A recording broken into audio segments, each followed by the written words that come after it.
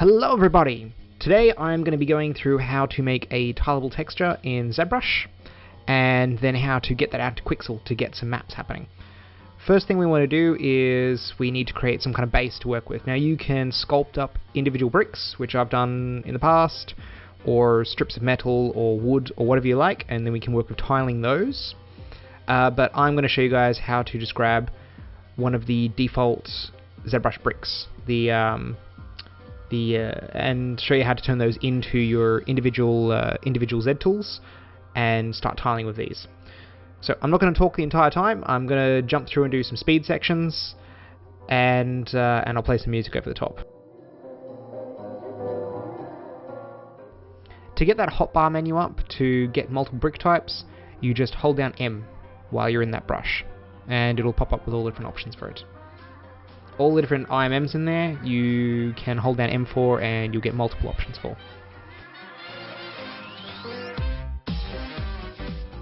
After we've laid out the bricks, we've just thrown some bricks around the outside, we need to separate them out into groups.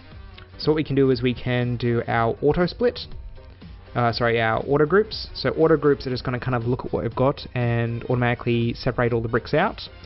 And then we can do group split. Group split will go through and it'll separate all the groups out into their own tools.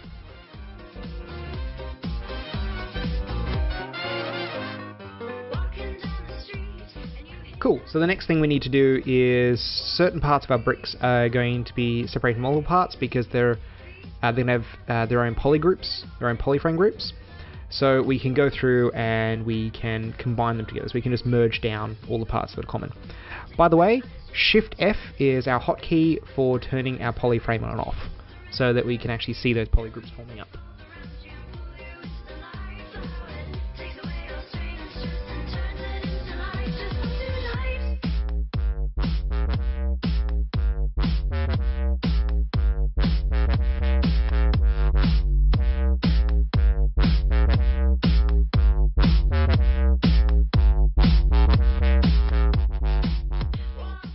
So each brick is now its own subtool, and we have to go through and straighten them. You'll see why a little bit later, because the way we tile in ZBrush is a little bit funny, or this way of tiling in ZBrush can be a little bit funny. So we're going to have to go through, take each one and unify it, so it'll make it the same size as all the other bricks, and world center it, and that's just under deformation. And then we can just go through with our manipulation tools and just center it so it's flat on in orthographic views. So I'm just using Shift and my movement tools to snap into orthographic modes, and then just use my rotate tool to get the bricks in the right position. It'll make life easier for you if you orient them all facing forward or side on, but it's not essential, just as long as they're square. You technically don't have to do that either, but your life's going to be difficult if you don't.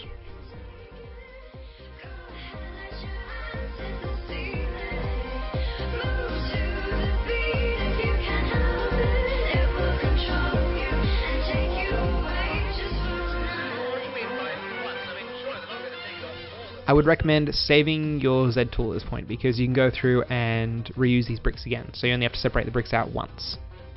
Or if you may, a couple times for demonstration purposes.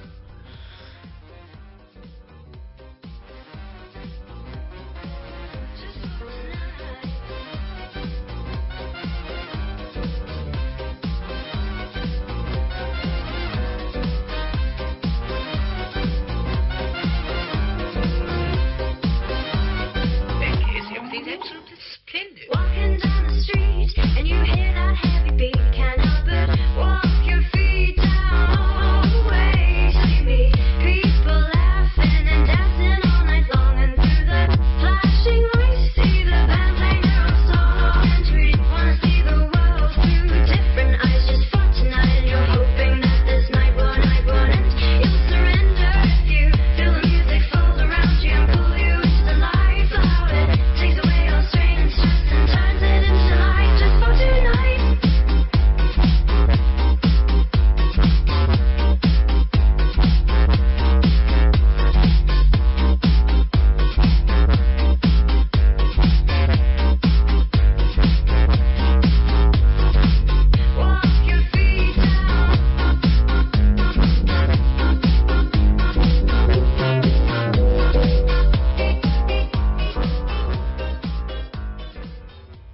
we need to actually set up our workspace document. So I'm currently just setting up our document to be 2K in size, and then I'm just zooming it out so I can see the whole document at once.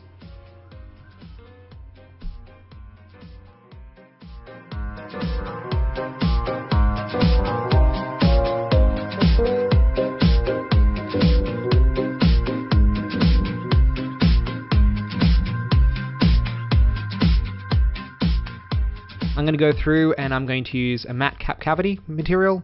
You want your matte cap cavity 1 because this material is actually going to give you a decent AO, and the maps we want to get out of ZBrush are going to be AO, normal, and matte ID. These map types we can then kind of paint on top of. You can do hand painting on top of if you like and get a nice effect, or you can run it through some of the substance suites, or you can go in and you can play in Quixel like I'm going to show you guys how to do today. So once we've done that, we're going to go to our Layers tab, and we're going to drop that down, and if you see that little symbol on the top left hand corner of it, we can tear off anything, and we're just going to tear it off and temporarily dock it to the right. Once it's docked, we're going to create our first layer, and then it's actually a matter of drawing these in. So we're not actually going to be working on sculpting layers. We're going to be working on kind of like these ZBrush drawn layers. So we're going to tap out of T mode, and we can jump up and down between our bricks. And we just click, drag, and orient the brick in kind of whichever way we want. We can use all of our scale, move, and rotate tools. You'll be using rotate tool a lot. You'll find they're a little bit funny at first because each of the different colors on these does something different. For example, you can click in space in the rotate and you can rotate any direction, but if you get overlap, then it'll rotate off pivot. Also, your move tool, unless you grab that little grey ring on the edge, it'll also flip out and change its orientation, change its positioning. So yeah, they're funny, the tools, but it just takes a little bit of getting used to. I tend to scale via the red and blue handles to move the scale in those axes. You can see right now how difficult rotating and scaling would be if you hadn't squared up these bricks to start with. Now I'm just going to go through and keep working on these. You can't edit a brick once you've placed another brick, so keep that in mind. There is no going back and re-editing and re-editing. You only have kind of one chance to work on a brick and get it right. So I find it very important with tiling things to either drop in some reference in the background and have something to work on top of, or like I'm doing now, I'm just winging it, but I'm trying to get to the outside edge and the bottom edge as quick as possible so that I can kind of shore up those bricks.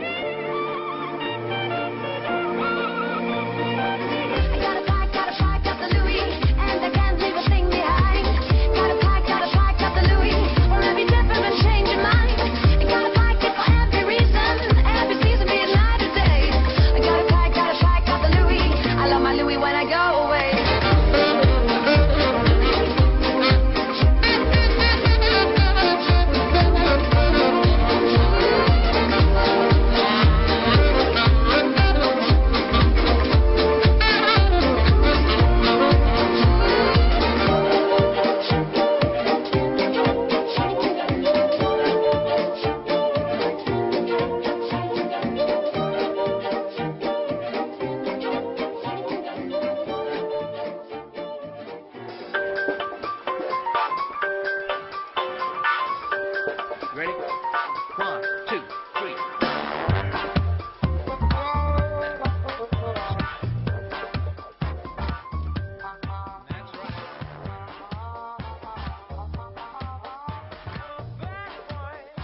So, once we get to this outer edge, we can have our first go at actually tiling with ZBrush. Now, similar to Photoshop, ZBrush has an offset feature, specifically when you're working in your layer mode. So in layers, you can see on the right there, I've got docked a displacement H and a displacement V. There's going to be our displacement horizontal and displacement vertical. If you just offset this by 1024, because we made 2K texture in, we made a 2K workspace, we'll see it start to see that kind of tessellation start to see that that tiling happening. So we can just go ahead and we can just keep offsetting it, and then make sure that gap, that seam fills well. I always recommend when you get to those outside edges to always offset before you place your last couple bricks, and you'll get a much cleaner join.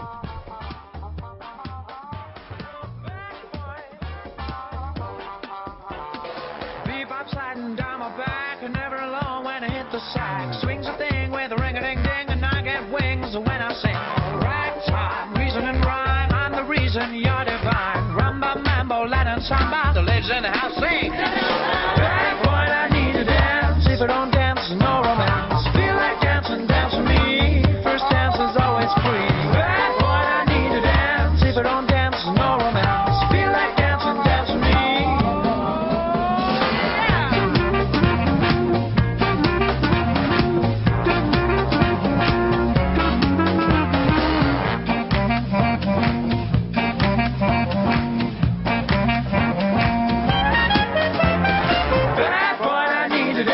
If I don't dance, no romance. Feel like dancing, dance with me. I'm a bad boy. I'm a bad boy.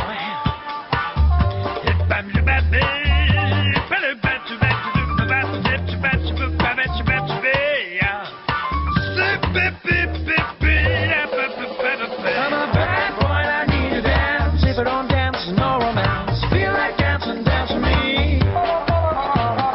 Bad boy,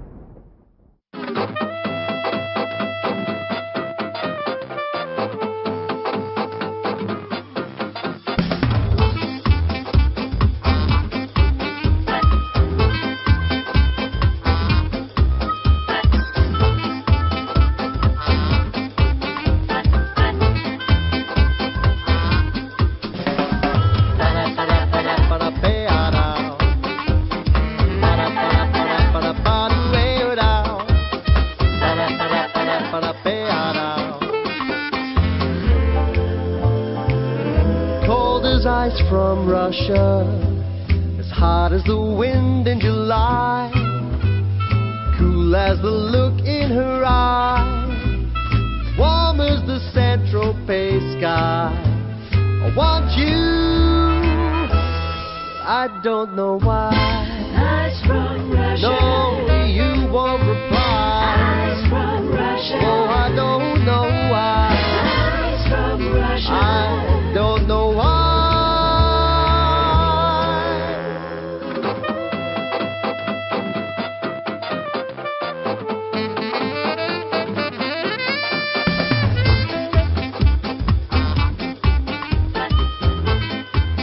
Here we go, placing the last brick now. Now I might have to go through and replace some of these bricks after I drop in the background, which you guys will see in a second. It's never a for sure thing. Also guys, it's good to note as well that you don't save these documents via the Z tool file. You want to actually go up to File and Save. You need to save your ZBrush project. Otherwise, when you open it back up, you'll have a surprise because you won't have any of this tiling texture happening. You'll just have your Z tools over in the far right still preserved. So there are two different things to save. Saving your Z project will also save like things like polypaint and stuff like that as well. So what I'm doing, guys, is I drop in another layer.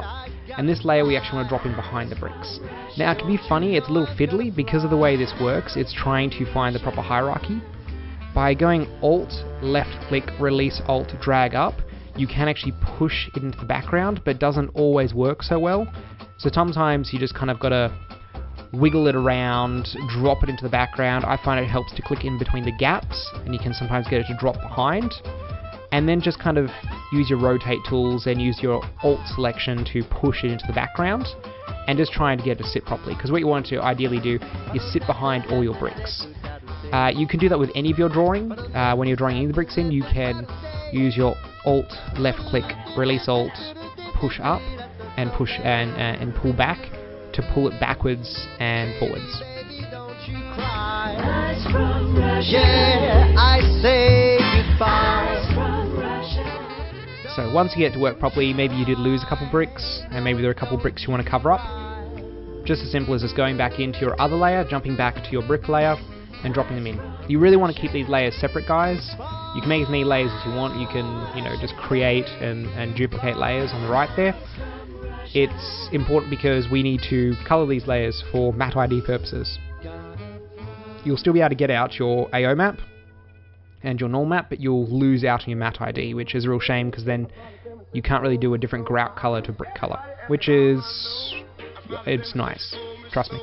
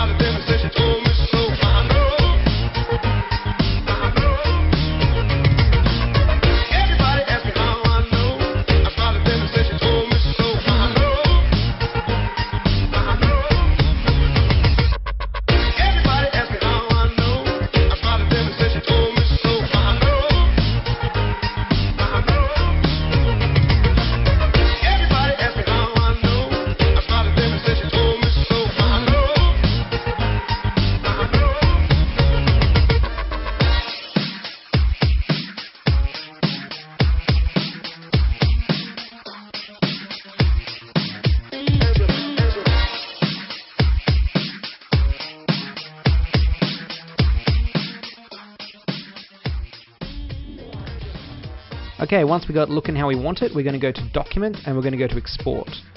We can export this document out and it'll export it as a PSD. PSD is fine. You can also choose TIFF if you like.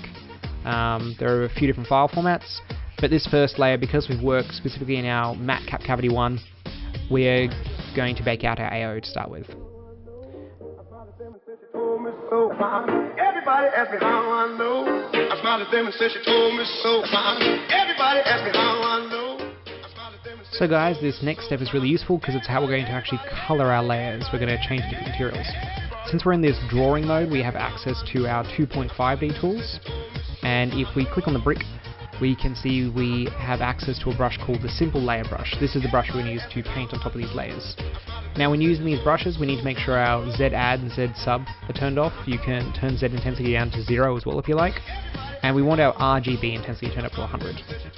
To get a nice kind of even color across this, I like to turn my brush to drag rect and alpha off.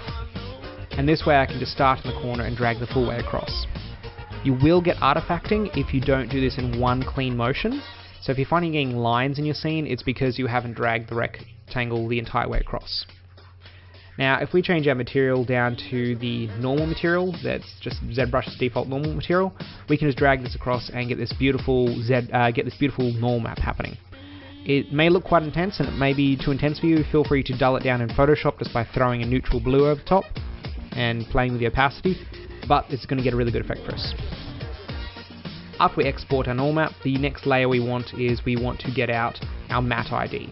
Now, material ID is just a masking layer that a lot of programs will use for us to kind of do some automated things, and automation's nice, so we're just going to go through. We have to use our exact red, our exact green, our exact blue for our matte ID pass, and some things will accept an alpha channel as well, so you can do a black. I've just gone with the red and green here, and then I'll export that out as my matte ID.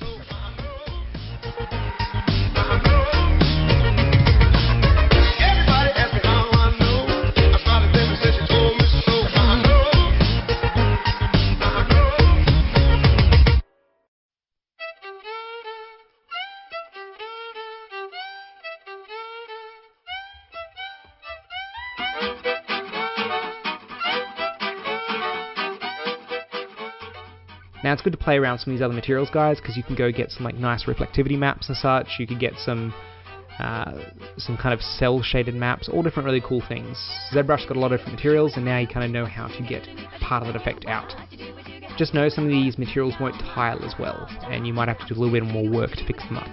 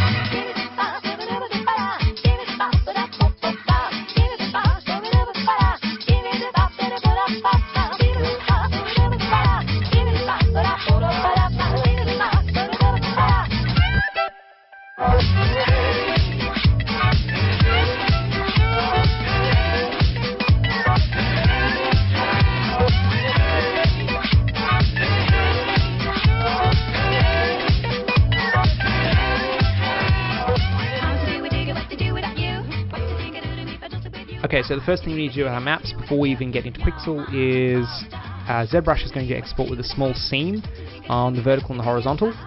The horizontal one's going to be a lot worse, it's going to be a small black line. The vertical one's just going to be a few pixels off. You can see this by simply taking them into Photoshop and just running filter other offset and just offsetting by 1024, and you'll be able to kind of very quickly see that there's a small seam there. The easiest way I find to fix it up is just to grab it and with marquee tool, and I like to use my shortcut for the fill tool is Shift F5, and I go a content aware fill, and that's just going to pick the colors around it and try and match it best where you're going. You guys have all got your own way, I'm sure, of fixing seams, but this works pretty clean and pretty nice. Very little artifacting. It's going to keep your seams quite nice, and we're going to paint over the top of this anyway.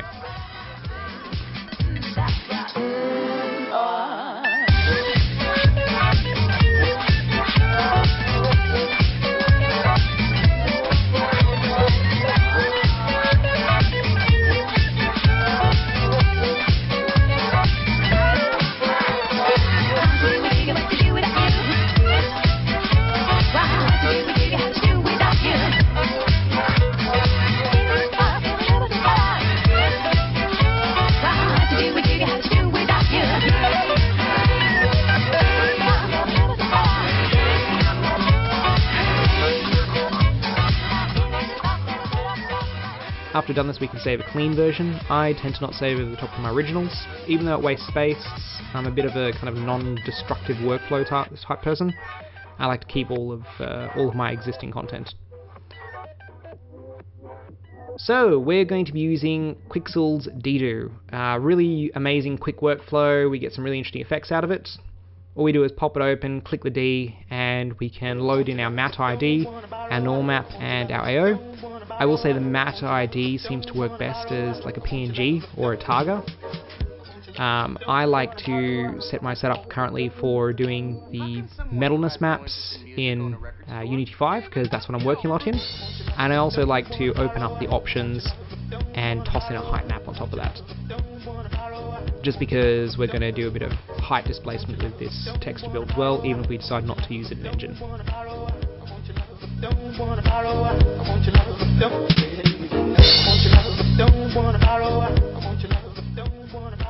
I'm going to see if I can work in split screen for you guys so that you can see what's happening in my 3D renderer as well as my DDO editor.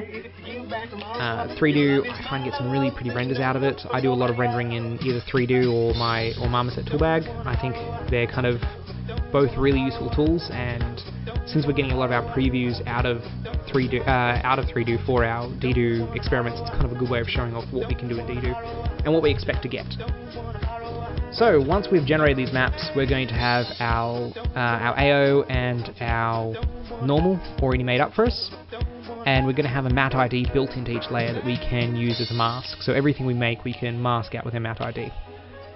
So you can set up your 3D however you like. I'm just going to lay mine flat like a tiling wall, and so I can kind of prove tiling as I go. And we'll dive into albedo and throw on a stone texture to start with. Now there's no real trick to this, guys. This is really simple DDO work. I recommend personalizing your DDO by making, a bunch of different textures that you've taken from photo reference or you've hand painted up and you've made a full set of maps for already, so whatever maps you want to back it up, and you can add it to your DDO as your own custom material. This is really how you're going to start to get your own looks there and really get your best power out of DDO, because you can kind of start to customize everything and really get your own look out of it, opposed to using the default materials they've got. I'm running a lot of the default stuff currently, where we're running default DDO and we're running default ZBrush, just because I wanted everyone to be able to follow along with this shoot. I guess I could have uploaded my materials, but maybe in the future, if I'm feeling generous. So, DDO does crash quite a bit, guys. It's actually 3Do that tends to crash it. If you're running just DDO by itself, it tends to not crash at all. Very rarely, but there's no point in just running DDO. You need to be able to see what you're doing as well. But the beauty of it crashing is it's not a hard crash, it's a soft crash. The program crashes, you can just boot it back up, click the little D up there, and it'll just load you straight back in. Click your 3Do, it'll load you straight back in, you haven't actually lost any work. Now the default height map that comes in is garbage, so I recommend softening it off to get a little bit of surface variation, but nerfing it straight away, bringing in your matte ID, and manually using it as a mask to just construct your own height map with nice variation in your bricks. So keep in mind, guys, black is neutral, it's going to lay perfectly flat, and white is as high as it can get.